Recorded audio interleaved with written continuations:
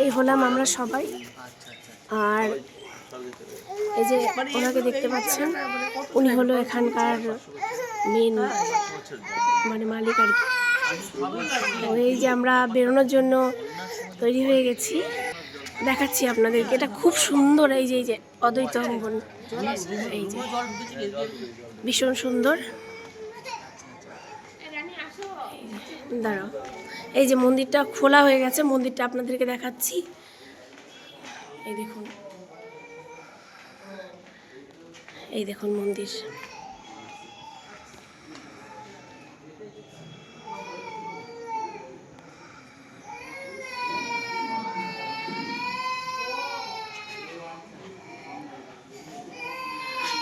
খুব সুন্দর, ভীষণ সুন্দর।